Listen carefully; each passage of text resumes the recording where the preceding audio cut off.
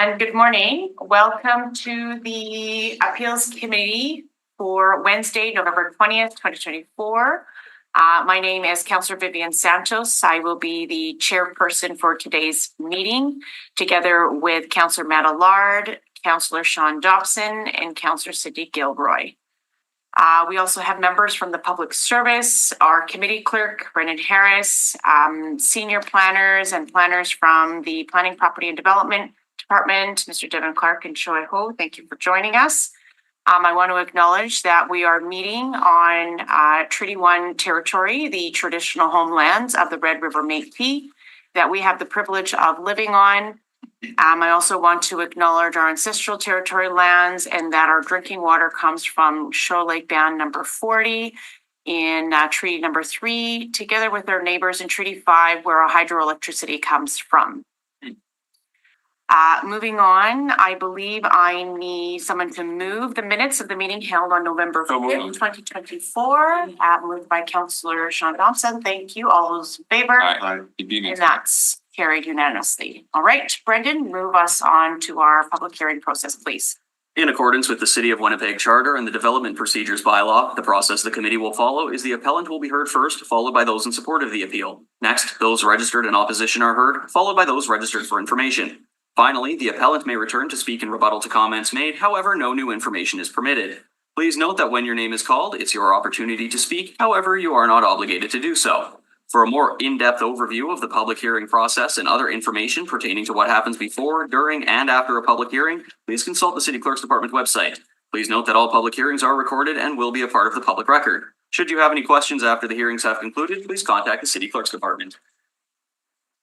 So just a note on item 1, it was an appeal against the decision of the Director of Planning, Property and Development to approve a variance for 50 Siskin Bay under file DAV 181897A/2024B. A note to the committee that on November 4th, 2024, the appellants withdrew the appeal, so there's no action required on that item. And no motion for everyone? No motions. So with that, we can go into item 2. So item 2 is an appeal against the decision of the Director of Planning, Property and Development to approve a variance for 633 Rosedale Avenue under file DAV 207776A/2024C. Members of the committee, please note communications were received in opposition to the appeal, which have been distributed to all members of the committee. All participants have been muted and will only be permitted to speak when called upon. Once you've been heard, you can either remain in the Zoom meeting or leave and continue to watch live via the city's YouTube channel. If any participants are currently watching the live meeting on YouTube, please mute your audio player now. I'll turn it over to a member of the department for a brief overview. Great. So the R1M subject property is located on Rosedale Avenue between Lilac Street and Coburn Street South in the Lord Roberts neighborhood of the Fort Rouge East Fort Garry ward. The applicant is actually partway through construction of a new single-family dwelling. So the foundation's been poured, the walls and roof have been erected, and windows and doors installed. So the house has not been constructed in accordance with conditions from a 2022 variance application. Namely, the construction resulted in an east side yard of 4 feet instead of 3 feet, and a west side yard of 3 feet instead of 4 feet. So the side yards got flipped. And the applicant's letter of intent stated the construction error was related to a lot grading plan. And in looking to resolve this error, they require approval of the maintenance variances before you. In terms of collaboration, the public service advised the applicant to contact the abutting neighbors just to inform them about the construction error and if there are any concerns. So the applicant indicated they reached out to the neighbor living at 629 Rosedale, as well as 635 Rosedale Avenue. So there was no one available at 635 Rosedale at the time, and the neighbors at 629 Rosedale voiced concerns about fire resistance rating, as well as construction-related concerns and nuisances. The applicant stated in their letter of intent as well that they acknowledged the oversight with construction error, and they're committed to resolving the issue in cooperation with relevant stakeholders. So the public service supports the variances for the following reasons. The building design itself, remains in accordance with the single-family dwelling approved under the 2022 variance, despite the side yard setbacks not meeting the site design guidelines of the infill guidelines and the mature communities PDO. The side yard setbacks still meet the Winnipeg zoning bylaw at the time the variance was approved in 2022. And as the dwelling is already partway constructed, the public service wishes not to see a nearly finished new home torn down as a means to resolve the construction error. And the new dwelling will provide additional density on the site and help the city meet its residential intensification target. That concludes my summary. Thanks. Madam Chair. Question, yes. Okay, so it met the zoning bylaw at the time? From 2022, yes. Okay, why was a variance required then? It was still under the PDO, the infill guidelines. So there would be the 4-foot side yards abutting neighbors and the 3-foot internal. So that was a condition put onto the 2022 variance. Okay, so the variance was required and it was in line with the then infill guidelines? Okay, and what was the critical path? Did it go to council to be approved? Or was it approved administratively? That was administratively, yes. Administratively? And it wasn't appealed at that time? No. Okay, and so what would happen if this application were to be submitted today? Would it still be Yeah, it would still be 4-foot abutting yards and 3-foot internal yards, yes. 4-foot and 3-foot? And then in terms of the fire concerns, like what does the building and or fire code say about this? I believe it meets the zoning bylaws, so in terms of fire rating, It meets the current zoning bylaw? Or the then zoning bylaw? What about that? We've amended the zoning bylaw, right? To be in line with the mature infill strategies? Yeah, the current PDO, sorry. The current PDO says 4 feet on the exterior, 3 in internal. So if this came forward today, a variance would be required for the same. For the same? Yeah. But it would be likely recommended by the department because it fits the PDO infill guidelines? We would have recommended the 4 feet on the exterior yards. Okay. Given our recommendations that came out of the infill guidelines that are now PDO. However, the 3 feet still conforms as far as the zoning bylaw previously stated. And then it is constructed to building code requirements. So that typically results in changes to the amount of openings along any individual wall. And in this case, I understand that the walls actually facing the exterior side yards pretty much have no openings. So it would meet code from that perspective. Is there an additional firewall required because it's closer to the next adjoining property or? Stucco is acceptable, and then I think it ultimately does come down to the amount of openings or the percentage of openings on that wall. That would vary how it meets or does not meet building code and the fire rating. Okay, and given there are none, that it's okay. It is. Okay. I have one question. The way they're situated now, the doorways on the side yards are right facing each other. There's not an issue there? No, because there's quite a separation now, because the yards got flipped. So the internal side yards it's an 8-foot setback at this point. Okay. Any further questions? No, I'm good. So when you say flipped, you mean the west side was supposed to be 4 feet and the east side was supposed to be 3? And instead they went. Yeah, so flipped. 635 Rosedale, the neighbor to the west, now it's a foot closer to them, where it was supposed to be 4 feet, but it was constructed 3 feet. Okay. Right. Move on. Okay, we did not have the appellant registered to speak today. Just to confirm, is there anyone in the gallery who would like to speak in support of the appeal? To be clear, in support of the appeal is not in support of the development? Okay, seeing none, we can move to those in opposition. We do have the applicant registered to speak, Ranjiv Kalia. I apologize if I mispronounced your name. You can make your way to the front. You'll have up to 10 minutes to make your presentation after you state your name. Thank you so much. Thank you. Good morning, everyone. Morning. Morning.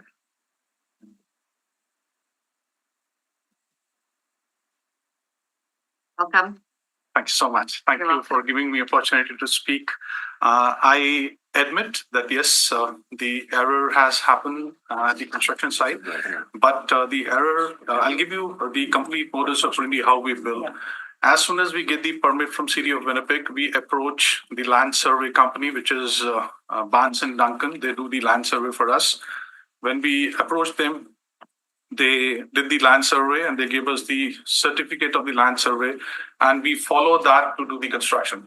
So they basically give us which I have submitted yesterday, the papers to the committee, which shows that they have given us this land survey, which the way the building is constructed at the moment, it is as per the land survey, which has been provided by Barnes and Duncan.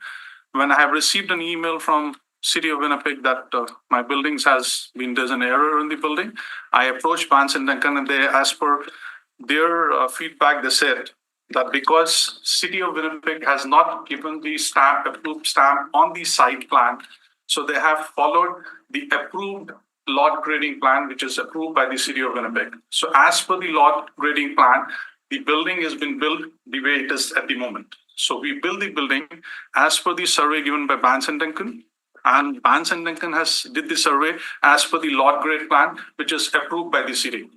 So there where the confusion arises, because city hasn't approved the site plan. So Barnes and Duncan has followed the lot grade plan, which is approved by city, and city has approved the lot grade plan as the way the buildings are at the moment. So there's an error because of this. There's a communication gap or the error. So this is why it has happened. And I apologize. Yes, there's an error, and we admit that, and looking for a solution to it. Because it's like since 5 months, my building is on hold. The construction is already there. Structure is ready. Roughing is already done. In fact, if you can see the current picture of the building, you can see it's already like 70% of the building is almost ready. So I request the committee to please consider this. We'll take precaution next time. So, but 100% mistake is not from our side. That is also one thing. Questions? Is that the end of the presentation? That's the end of your presentation. I have submitted because they told me to submit the presentation. So I submitted that yesterday. It's been sent to all members. Is there? Committee. Yeah. Yes. Thank you. We do have I believe they were elevations or I have site submitted. plans. Yeah, I have submitted the site plan, which is not stamped by city. I have submitted the lot grade plan, which is approved by city. So there's a variation between the site plan and the lot grade plan. I had also submitted the survey plan, which is done by Barnes and Duncan. So we build as per the survey plan and the lot grade plan, which is approved by city. Okay. Any questions? Go yeah. ahead, Councilor Lard. Well, I'm trying to figure out where the fault lies. I hear communication gap, Madam Chair, through you to the delegation. So is it a problem with staging? The city approved part of the development, and then there was work commissioned that was premature. Is that a fair characterization of what happened? Sorry? So I'm trying to see where the fault, where the error is. Okay. Is the error with you, or is the error with the city? It is, sir. Or through a third party? It is, sir. To be very honest with you, I think I don't know to whom to blame. I will agree that part of mistake is mine also. I will not say that it's 100% city's mistake. It is part of mistake is mine, as well as I think city is also a little bit, because city hasn't approved the site plan. If you look at the building plan, which is approved, city has stamped every single page, but they haven't stamped the site plan. Right. So they stamped the lot grade plan. So if you look at the lot grade plan, so lot grade plan plus the building at current stage is exactly as the lot grade plan shows. Right. So we followed the lot grade plan, which is approved by the City of Winnipeg. So that is where the confusion arises. Okay. Madam Chair, through you to the delegate, I understand the delegate doesn't want to assign blame. I do want to know what went wrong. So that's the nature of my questions. Perhaps But I think you have an opportunity to ask the as the administration public about service. the lot grade plan. Yeah. I mean, what's the sequence of events? Is it just that the lot grade plan was required prior to? Can the administration weigh in now, Madam Chair? Pardon? Just question of process. Can the administration perhaps weigh in now? They can answer clarifying questions at any point. Yeah. So through you, Madam Chair, and to the delegate, if you'll entertain this question from the public service. I would like to ask them, Yeah, sure. the public service through the chair to the public service. So, so in the public services view, at what point the applicant is saying that there's shared responsibility here?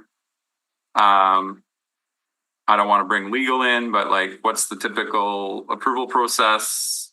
At what point did something go wrong? Because we don't want this happening again, presumably. Yeah, I think looking at back to the 2022 variance, there was that, BLC, the building location certificate that showed the incorrect like lot grading, but these weren't stamped. We went with the site plans, which were correct. Had to correct 4 foot, 3 foot side yards, and then as they moved to their building permits, there was a shoring plan submitted as well. That would have been if anything's under 4 feet, of which it was. There will be a plan submitted there, and that also had the correct site plan submitted showing the 4 foot exterior side yards. So then, that was stamped by plan examination as they moved towards their building permit application. So when did the city of Winnipeg become aware there was a problem? The applicant actually came to zoning during the building permit application process. Okay. So recently, of course, and let zoning know of the error, and that's when it became these variances. Okay, so at which point, which document was the error? The first document there was an error? If there was a document?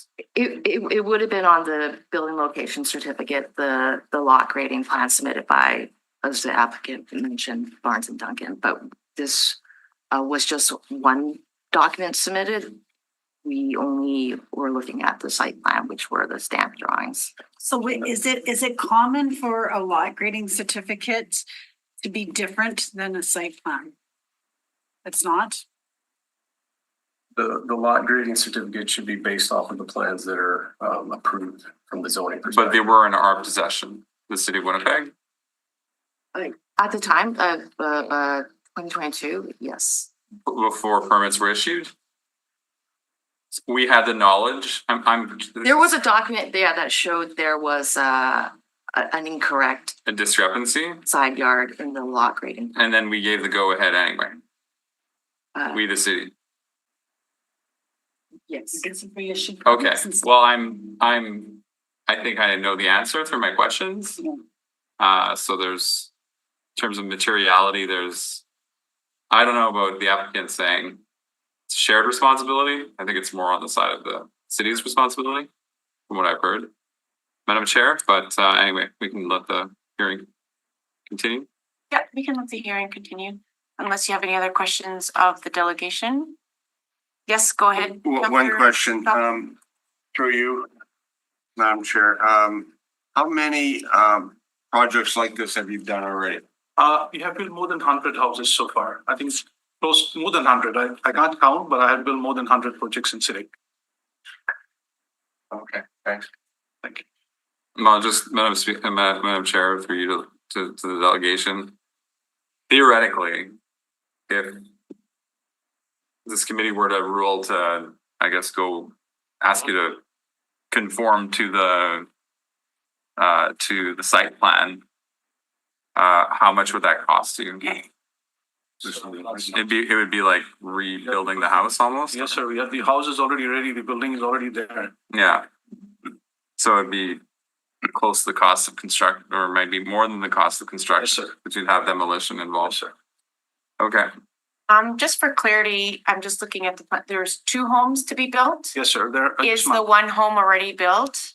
both of them are built. 631 and 633. Both of them are built. So 631 and 633. And 631 is good. It's like Yeah, the 631 side yards and is everything good. are Only good. 633 is the point which is on question. 633 is the only one that's incorrect. Yeah, as I repeat again, ma'am, this confusion arises because of the lot grade plan which was approved and the building is built as per the lot grade plan. mm. And then Madam Chair, through you to the applicant or, wait, not the applicant.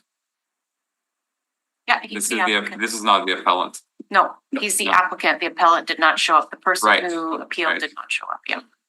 And so what is the feedback been from the neighbor, or have you had feedback from the neighbor? Sir, I'll tell you when we start I'll give you the clear picture when we start the construction. So during the construction, certainly his fence came down. He immediately texted to me and he said that during construction, I'm talking about as soon as we there was an excavation happened. So certainly this happens sometime that the neighbor fence gets down and we went there and we repaired his fence and everything was good. But when city has sent him the letter that we did the error of 3 feet and 4 feet, then he starts complaining. I went and met him, then he complained that, oh, because of this 3 and 4 feet, there's a damage on my basement as well. Then I told him, I said, you should have raised this point to me earlier, where you only told me about the fence and we repaired your fence. You never mentioned earlier that you have a damage in your basement. Now city has sent you, there's a board outside, so now you're raising this point. Then he said, okay, everything is fine if you buy my property now. I said, how much you want to sell your property? I'm a builder. I can build another property. I said, I'll sell it to you for X price he gave me. Then I said, no, your X price is expensive. He said, then I'll go and oppose it. I said, choice is yours, but your X price is what you're asking me is really expensive. I can't pay you that much. If you give me a reasonable price, I'll buy. Otherwise, I won't buy that. So this is what I pointed out to him. And that's the clear picture. I guess I went and met him. Yes. Okay, and so I'm trying to understand how the elevations haven't changed, Madam Chair, I forgot the title again. Not the appellant, Applicant. the applicant. So in question or to the administration, so in question is not the lot grading, in question is how close the buildings are. And so I'm trying to imagine how close the buildings are would have had an impact on another house's basement. Councillor Dobson, you're a handy guy. If the houses are closer together, can you see a world where that creates a problem for somebody's basement? You can't. No, Okay. basements are weight goes down. Okay, so I think we can use Councillor Dobson's handy person skills on that. So the material damages through you, Madam Chair, the applicant. What was the nature of the damage in the basement? He didn't show me the basement. He just told me verbally. He just simply said that my basement is damaged. Is there another person here? He didn't show me. I asked him, can I go and can I appoint my inspector who can go? He didn't allow me to do that. So he didn't say what the nature of the damages were? No, he didn't tell me. Okay, so they might have been completely unrelated to the I guess the error. Well, we can't know. We You can't. know, old basement. We can't Never know. know. Yeah. Okay, Okay. Seeing no further questions, thank you Thank you for so much. coming out. yes, Thank thank you. you. Back in the gallery. Thank you very much for your time. Thank you. Yeah, thank you. He doesn't have an opportunity to come back. No. Okay, are there any questions of the administration? We do have one more person to Oh, we speak. do. Yes, joining us over Zoom, we have Aman Sagar, who's joining us to speak in opposition to the appeal. Okay, Aman, I'm just gonna ask you to unmute and start your video. It's too. hello, Hello. Hi, guys. How are you? good, and you? Good, good. I can probably answer a lot of the technical questions that were asked. So I do have a presentation. I'll go through it quickly. Sure. So my name is, Say your name and where you're from, that'd be great. sure. My name is Aman. I'll share my screen real quickly. Aman Sachar. I'm from Winnipeg Housing Consultancy. We did a lot of the paperwork associated with the permits, so I can answer most of those questions that were asked. So, background information, Simply Divine Homes is the company that made the drawings for 631 and 633 Rosedale Avenue. Rothsay Edison Development Consulting made the lot grading plan and the service plan. And we did the variance, the 2022 variance and the permit work for these homes. How the homes were intended to be built.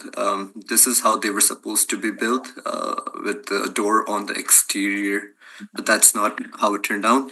So what went wrong? The company Rothsay Edison Development Consulting, they were contracted to do the lot grading plan.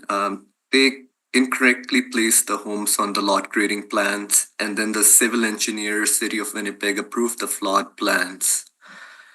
The lot grading plan does not have any dimensions on it. So anybody looking at the lot grading plan, it's really hard to visualize what 3 feet is, what 4 feet is. I'll show you the lot grading plan really quickly that was approved. So it's kind of blurry, but they have the right addresses on them, both of the homes.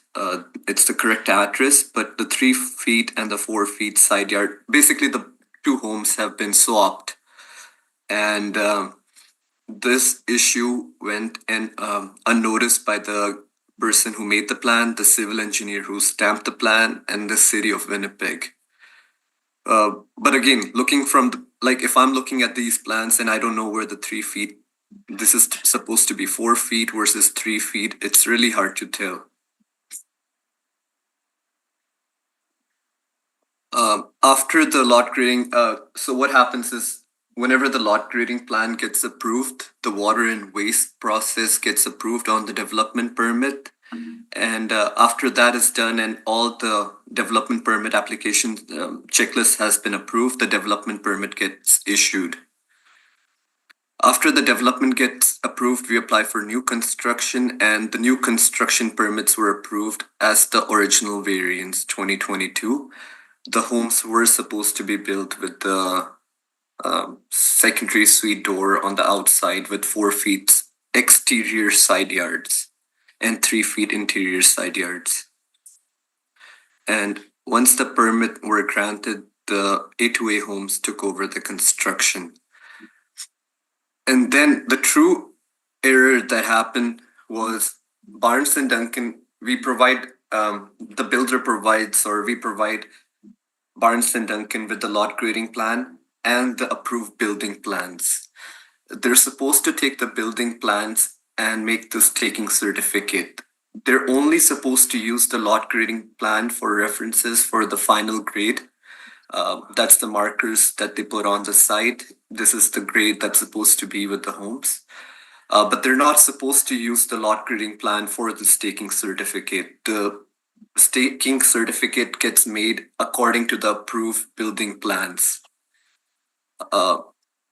They also made a mistake in putting the incorrectly positioning the homes on the staking certificate, most likely because they were referencing the lot grading plans instead of the approved building plans. And due to that, the homes turned out mirrored. My point of the presentation is not to point fingers at anybody. It's just to make sure it doesn't happen again with any future development. So we don't have to come here again and make sure, we don't want to be explaining ourselves. So that's the goal. Regardless. Property lines, just. And this is the homes, how they turned out, both of them. So Have no evidence. what we learned, so civil engineer now requests digital version of the site plan if available. I personally review each approved lot grading plan to ensure its accuracy. We have also done about hundreds of permit applications for building permit approval. This is the only one where the mistake happened, unfortunately. And yeah, I'm looking at each lot grading plan to make sure it doesn't happen again. There was one, I think the main thing is after the lot grading plan gets approved, there's a false bias. There's so many people who have looked at it, City of Winnipeg, civil engineer. I didn't think it, so many people looking at it, somebody would catch it. But I guess that wasn't the case, so I'm taking a look at each one individually. And I would also request city zoning to review lot grading plan to ensure it aligns with the approved building plans. Yeah. There was one more question that was asked. related to fire code. So I'll show real quickly. We do have 5/8 drywall on the exterior 3 feet side. So any wall that's closer than 4 feet to the property line has a 5/8 type X drywall. So detail of exterior walls and even the rim joist have a 5/8 continuous drywall on that side. So the neighbors are being protected. I believe that's it for my presentation. Thank you, guys. Thank you very much. Just stick around. There might be questions for the delegation? No, saying none? All right. Thank you for presenting. It was very clear and concise and appreciate what you had written. Thank you, ma'am. Thank you. Thank you. Aman, if I could just get you to forward me that last slide you had shown? Just Sure, it's part of the building plans. I'll send that over. Excellent. Thank you very much. Thank you. Okay, so we've had no one else registered to speak in opposition to this appeal. Just to confirm, is there anyone in the gallery who would like to speak in opposition to the appeal? Seeing none. And is there anyone who would like to speak for information on the appeal? Seeing none. At this time, we can move on to questions for the public, sir. So, we had an appeal. Do we have any information from the appellant? They had submitted their letter of appeal, but since then we have not had. Do we have that in our possession? It is on the agenda. Oh, it's on the agenda? Yes. Okay, I was looking in our online documents repository. Oh, yes, those are the Okay. submissions received after, but yes. Would you mind if I read the letter, Madam Chair, so we know what the, Sure, it's on What- page what they're saying? 16. Yeah. okay, so it's saying, I'm writing to formally appeal the request for a variance submitted by my neighbor regarding the construction of their house at 633 Rosedale. As you may be aware, the home has been built just 1 foot closer than planned, which is in violation of the required setback regulation. The encroachment has not only affected my property, but also resulted in damage to my foundation. The proximity of their structure has raised significant concerns about the structural integrity and water drainage, which have been exacerbated by the recent construction. I have observed signs of foundation shifting, I believe is directly linked to the lack of proper spacing between our properties. While I understand that my neighbor is seeking a variance to legitimize this encroachment, I urge you to consider the implications this would have not only on the property, but on the neighborhood standards and safety. Granting this variance could set a concerning precedent for future development in the area. Respectfully request you deny the variance request and investigate the situation further to address the damage caused to my property. I'm more than willing to provide any additional documentation, evidence necessary to support my concerns.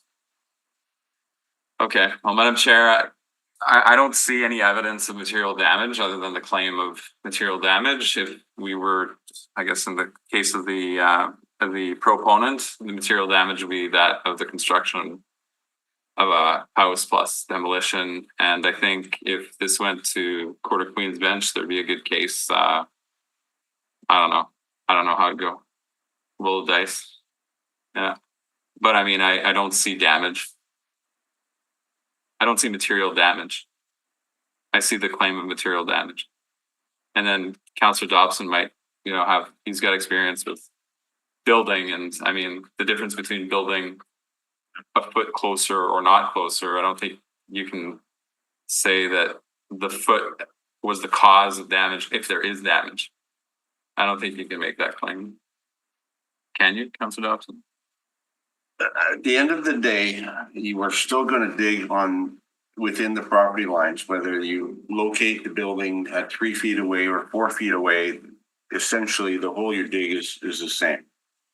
And that's where we are right now. Great. Do you have any questions of the administration? Any clarity? Well, going forward, how do we, it sounds like this was maybe a anomaly. We heard from the second delegate that they've done a lot of these in the past, and this is the first time they've seen it. Has the public service seen this before? No? Okay. So, I mean, I don't know that a major policy change is required here. Perhaps it was one mistake made one time.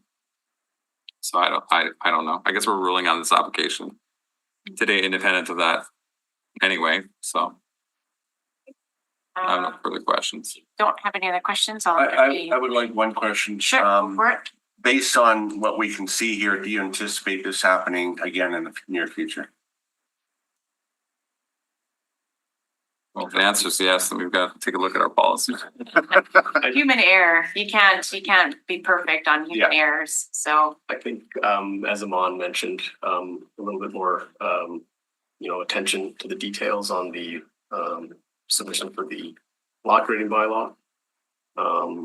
And just making sure that. What I'm trying to point out is there anything we can do to make it less prone to have this sort of accident?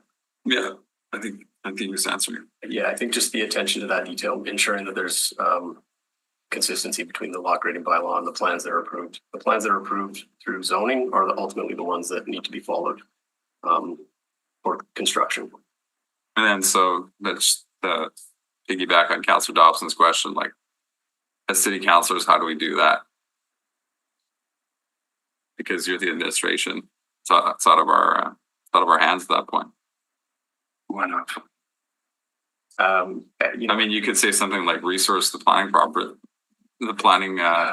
department properly. No, you probably didn't say that, actually. It's not the place, just an appeal committee. I think when these types of situations come up, they're noted. We can discuss them with zoning as well as people that review the lot grading bylaw and ultimately just raise it to So their there are two attention. different people that review the lot grading bylaw, Lot grading different bylaw, it goes departments? with the water and waste engineers. right? And at that juncture, it was not caught of the different foot, I guess you can say, that specific department. They approved it at the 3 feet. Yeah, well, and as Aman mentioned, it wasn't labeled on that plan, that particular plan. So they would have just been reviewing it against their lot grading criteria. And that wasn't a criteria that obviously came up to satisfy lot grading. So I think that's just the important piece, is that the information that gets conveyed to the lot grading engineers is the same as the plans that have been approved through zoning. Okay, I'm ready to make a motion here. And just, I mean, I know we're just on this appeal, but will these communications be happening or have they happened already? I can raise them with my managers and we Okay. can engage in those conversations and So I heard I can, but will you? I will. Okay. Okay, I'm ready to vote on this. Okay. Counselor Gilroy, I think you were ready. Did you want to do it, Counselor? Yeah, I can do it. Okay, Yeah. Counselor Mallard, over ahead. I've been pretty focused on it. Sure.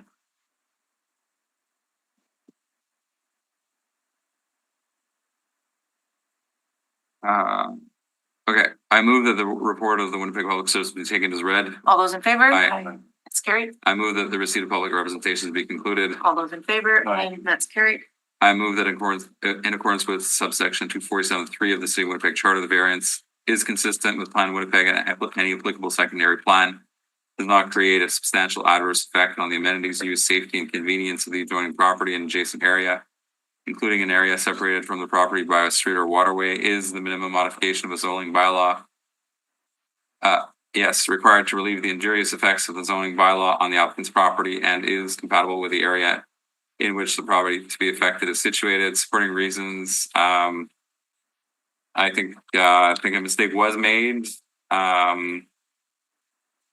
I do not see evidence of any material and or financial damage in terms of the neighborhood. I do see, I can't think of any other remedy from the situation we're in today than like demolishing and reconstructing a house, which obviously is a very big dollar amount, and on a balance of what we've seen in terms of not having specific evidence of any damage and what we know would be significant damage to the proponent. I think the wise thing to do is to support this variance and acknowledge an error has occurred. I think that's been done, and I think I think the best path forward in this situation is to support the public service and support the variance. Can I just make, yeah, just a small comment. I think it's an unfortunate mistake, but I don't believe it was intentional. So I think this is the right path forward. Yeah, and then I'll tell to jump on that too. I mean, the applicant came forward to the city, which is commendable. And that's not something you always see. That's, you see anyway, it's commendable the applicant came forward, and I think we should sometimes reward good behavior as well. So. Sounds good. Thank you. Any other further comments? No. Okay. I'll call the question. All those in favor? Aye. That's carried. I move the appeal be denied. The decision of the Director of Planning, Property and Development be concurred in. All those in favor? Aye. That's carried. I move that the variance order DAV. Just 1 second, I gotta make this bigger. DAV 2077776 CB confirmed. Okay. All those in favor? Aye. That's carried. I move that the public hearing with respect to this appeal be concluded. All those in favor? Aye. All right, and that's carried. I'm going to minutes. Good. Thank you. That's right. Moving on to our next appeal.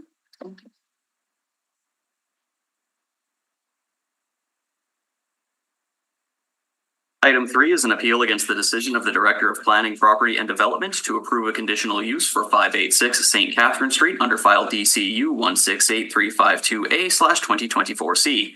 In accordance with the City of Winnipeg Charter and the Development Procedures Bylaw, this is a combined hearing, and the following item will also be heard at the same time. Namely, item 4 is an appeal against the decision of the Director of Planning, Property and Development to approve a variance for 586 St. Catherine Street under file DAV 168364A/2024C. All participants have been muted and will only be permitted to speak when called upon. Once you have been heard, you can either remain in the Zoom meeting or leave and continue to watch live via the city's YouTube channel. If any participants are currently watching the live meeting on YouTube, please mute your audio player now. I'll turn it over to a member of the administration for a brief overview. Sure, thank you. Alrighty, so the subject property is located on St. Catherine Street in the Archwood neighborhood of the St. Boniface ward. The subject site is just over 6,000 square feet in area and is currently occupied by a single family detached dwelling that was constructed in 1940. The subject site has an irregular trapezoid shaping, 43.8 feet along the front and 76.8 feet in the rear. The average width of the site is 60.3 feet. The subject site is accessed by a concrete back lane, and under the Complete Communities Direction Strategy 2.0 is located within the Mature Communities Policy Area. The site also falls within Area 2 of the infill guidelines.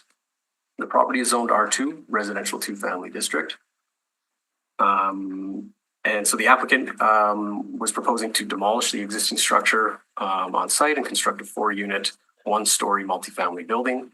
Parking was to be accommodated at the rear of the property off the lane with 6 stalls. The submitted plans show the proposed building to be 33 feet in width along the front, 50 feet in the rear, and a building length of 50 feet long. So for a total of 2,154 square feet. The building height is proposed to be 17.6 feet as measured to the midpoint of a pitched roof. 2 units are to have 3 bedrooms and 2 units will have 2 bedrooms. The proposed development requires a conditional use to allow multifamily in the R2 zoning district. The proposed development also requires variances for the front yard setback being 15 feet instead of 18 feet and insufficient buffering of a parking or loading area off of a lane. And this is typical when you see parking used directly off the lane. The Urban Planning Division approved the proposed conditional use and variances based on analysis against the infill guidelines for fourplex development. Mainly, its conformance with the location criteria, which indicates that it should be located on sites that have 50 feet in width and a minimum of 5,000 square feet that are also served by a back lane. As mentioned, the site has an irregular shape, so it narrows down to 43.8 feet at the front and widens out to 76 at the rear. But on average, the site width is 60 feet, so it conforms with the width. And the lot area is just over 6,000 square feet, so it conforms with the square footage as well. Overall, the proposed development provides a modest amount of intensification that is sensitive to the surrounding context. And for those reasons, the planning department was supportive of this conditional use application. And that concludes my overview. I'm looking for clarity of the reports. Yes, go ahead. One of the conditions of approval would be the garage, but I don't see it on the print. There's 4 conditions for approval. Yeah, so the one that says Didn't see a garage. the total lot coverage of the principal building and detached garage. Is that what you're referring to? Yeah, am I wrong? Did I miss the garage? Yeah, no, I think that just covers that if they were to propose a garage in the future, Okay. the total coverage of both the principal Will be structure and the 42%. accessory structure will be 42%. Okay, if they decide to do a garage. Yeah, and that would shrink the footprint of the existing building, Yeah. so it's unlikely. Yeah, okay, so that was just in case. All right, I'm okay then.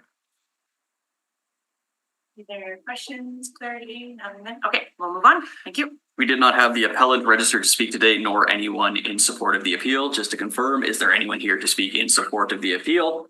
Seeing none, we can move on to those in opposition to the appeal. We do have the applicant, Stephen Ulrich. Stephen, I'm just going to ask you to unmute your mic and turn on your video. And you have up to 10 minutes to make your presentation after you state your name. Hi, can everyone hear me? Yes. Yes. Stephen Ulrich. I am the applicant for the developer Ronnie McKay Homes. He has basically got me to prepare the drawings and prepare all the documents for the variance and conditional use application. We did submit the plans, and we did coordinate with not only the city but also Barnes and Duncan to confirm that the 4-unit multifamily building can be supported on the site.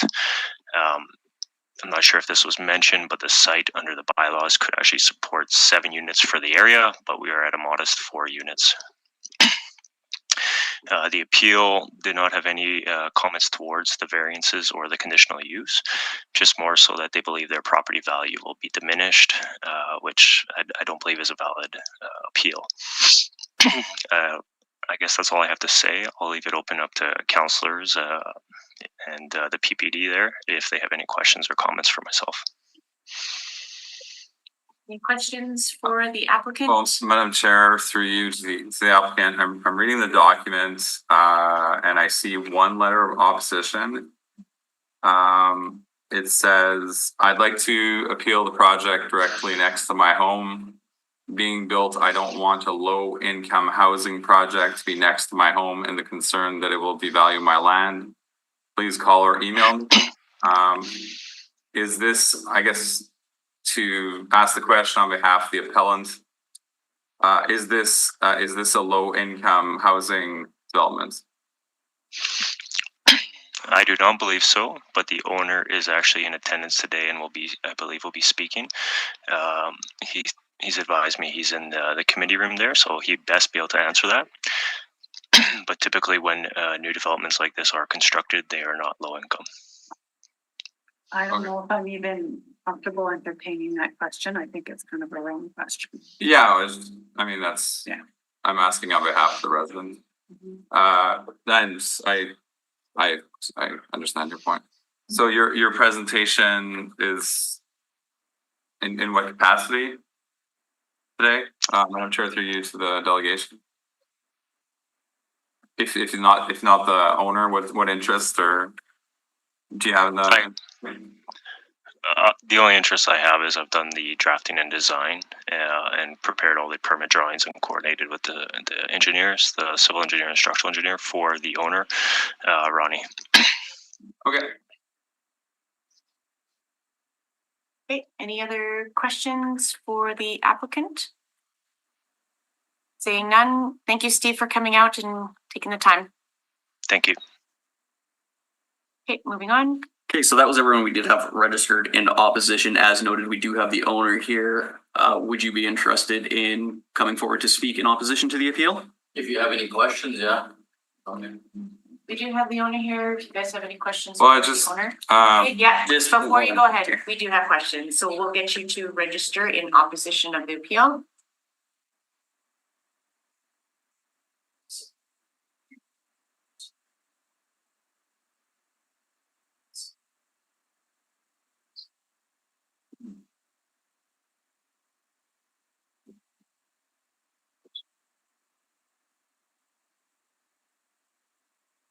I am right, it's just the one letter in opposition, I think. Yeah, I actually did not get any, except for whatever I. It's like in the report. It is. Yeah. Just the one. It's just the one? Just the one. Okay. Yeah. So, counselors, I want to ask the applicant to respond to the letter. But And- we're not going to judge whoever lives there, right? So sometimes it's hard to not. We just want to be mindful of that, right? Yeah, and I don't know, Counselor Gilroy, would you have a way of better framing the question? No, I don't think we should even entertain that question. I don't think that that's appropriate. Like, Okay, so I'll leave the income question out. I think I know what he's referring to when he says. Okay, Madam Chair, I'll just let you, rule the meeting. We've just had some, one person that was obviously in, opposition to the build. They just obviously had some concerns, so maybe without, describe, like, of course, the property is obviously yours, you do what you want with it. Yes. So maybe if you could just kind of describe your, future intentions and why you want to build in this community, I guess would be kind of the appropriate question, I'm thinking. My future intentions for the fourplex would be to rent it out to working people. Like, there's a shortage of housing right now, so I thought it'd be a good idea to build the fourplex instead of just having one single family home there. So make good use of the land. That's what the city wants, right? So I'm doing it. And yeah, I think what the neighbors referring to, like devaluing or low income, is, there is Manitoba Housing that provides housing for low income people, and they go on there based off their income, I guess, and give them a break. I'm not a part of Manitoba Housing, so I wouldn't be doing that. I'd be renting to working people, and yeah, so. Okay, well, I appreciate your honesty. If there are any other questions. Well, I guess the one question I think is fair is, Madam Chair, through you to the delegate, in terms of the property value, I have my own opinions. But do you think building multifamily is good for property values in the neighborhood? Does it have any impact? For sure, I think it's good. It's not gonna devalue his land whatsoever, so anything brand new there is gonna increase the value of houses all the way around. So yeah, I think it's very good. I don't think it's bad for any of the properties in the area. Right, and in terms of the property values, Madam Chair, through you to the proponent, do you have any idea how much the value of the land's gonna go up from building whatever exists now to what your plans are with the fourplex? Like the land and the fourplex? No, when it's done? like sort of like before and after. Yeah, like what's the assessed value today and what would it be once you're done? Like ballpark, or do you know? It's a question I like to ask because it's more of a general question about like taxation, who benefits in the city of Winnipeg. Well, the city will definitely benefit because when the fourplex is done, it'll probably be worth 1.2 million, so it'll be taxed on that. Right. Rather than what they are getting now, which is around 200,000, so. Right, okay. So you're bringing, yeah, that's a significant difference For sure, yes. in assessed value. Yeah. Okay. Good, yeah, okay. Thank you for coming out. We appreciate no further questions. Yeah, thank you, have a good day. Any other people registered to speak? That concludes those registered in opposition to the appeal. There's no one in the gallery who would be speaking in opposition. No one has registered for information on the appeal. Again, no one in the gallery. So this time we can have questions for the administration. I'm ready to go forward. Yeah, I am as well. I'd like to move this motion just in the same office forward. Oh, sure, yeah, go ahead, yeah. Well, that's fine. Go for it. Okay, I move that the report of the Winnipeg Public Service be taken as read. All those in favor? All right. carried. I move, Counselor, I move that the receipt of public representation be concluded. All those in favor? Aye. It's carried. I move that in accordance with section 254 and subsection 247(3) of the City of Winnipeg Charter, the conditional use is consistent with Plan of Winnipeg and any applicable secondary plan. Does not create a substantial adverse effect on the amenities, use, safety, and convenience of the adjoining property and adjacent area, including an area separated from the property by a street or waterway, and is compatible with the area in which the property to be affected is situated. Supporting reasons, I think we heard many. St. Boniface residents want to see housing, particular housing for families, and I heard about a fourplex that would have 2 3-bedroom units. Typically,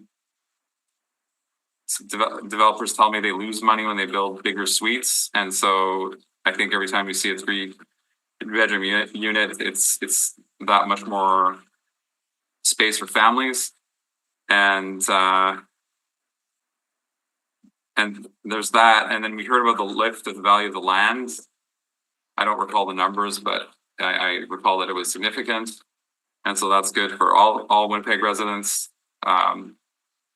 When the values of our lands increase, it reduces the tax burden for everyone, and so I think, you know, every little change like this is makes Winnipeg just a little bit better. And I mean, we were living in a housing and drug prices in Winnipeg. People need places to live. This is 4 new units where there used to be 1. 2 of them are 3-bedroom units, which are appropriate for small families. And then in terms of the value of the land, just the value of the property, once again, I'm aware that there has been a study commissioned by the Manitoba Realtors Association, and they hired they're not called this, but the equivalent of the Appraisers Association Manitoba, and they found that there is no correlation or there's no link between multifamily development and value of property. I actually think in cases like this, it might be reversed, because if the adjoining lots are valued at what I heard earlier, it was 200, and the value can be lifted to 1.2 million with that type of lot, then I think that's an argument that people are going to want this land more, not less. So to address the concern of the resident who wrote in, I want to put those supporting reasons in. Ask, yes, go ahead. I'd like to add something. This is a modest density increase. It's not excessive, so I think it's a very good fit. It looks like is that it, the corner lot? Yes. Yeah. Okay, all those in favor? Aye. That's carried unanimously. So I move that the appeal be denied and the decision of the Director of Planning, Property and Development be concurred in. All those in favor? Aye. It's carried. And I move that the conditional use order DCU 168-352-2024C be confirmed. In favor? Aye. Carried. And I move that the public hearing with respect to this appeal be concluded. Favor? Aye. It's carried. Moving on to the variance. Go ahead, Councilor Lard. Yes. We have shorter numbers. Can we go to hexadecimal or something? I move that the report of the Winnipeg Public Service be taken as read on the variance. Madam Chair, Sorry, go ahead. I move that the report of the. Oh, sorry. Sorry, Mr. Clerk. Are we done with the last one? Favor. Okay, so I move that, I will start over.